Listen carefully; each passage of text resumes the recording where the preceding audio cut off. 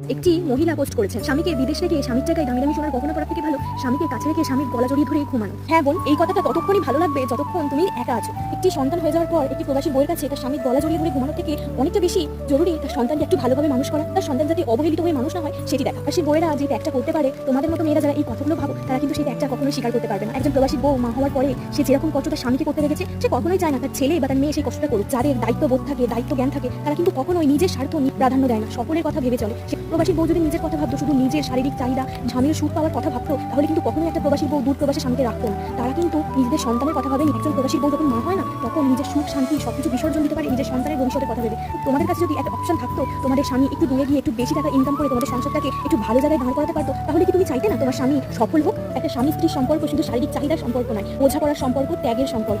সংসারকে উচ্ছন্নে পাঠিয়ে দিয়ে নিজের স্বামীকে কাছে রেখে তার গলা জড়িয়ে ঘুমানোটা যদি তোমাদের মতো মেয়েদের কাছে বুদ্ধিমতির কাজ হয়, হ্যাঁ, তাহলে তোমরা বুদ্ধিমতী আর আমরা লোভী।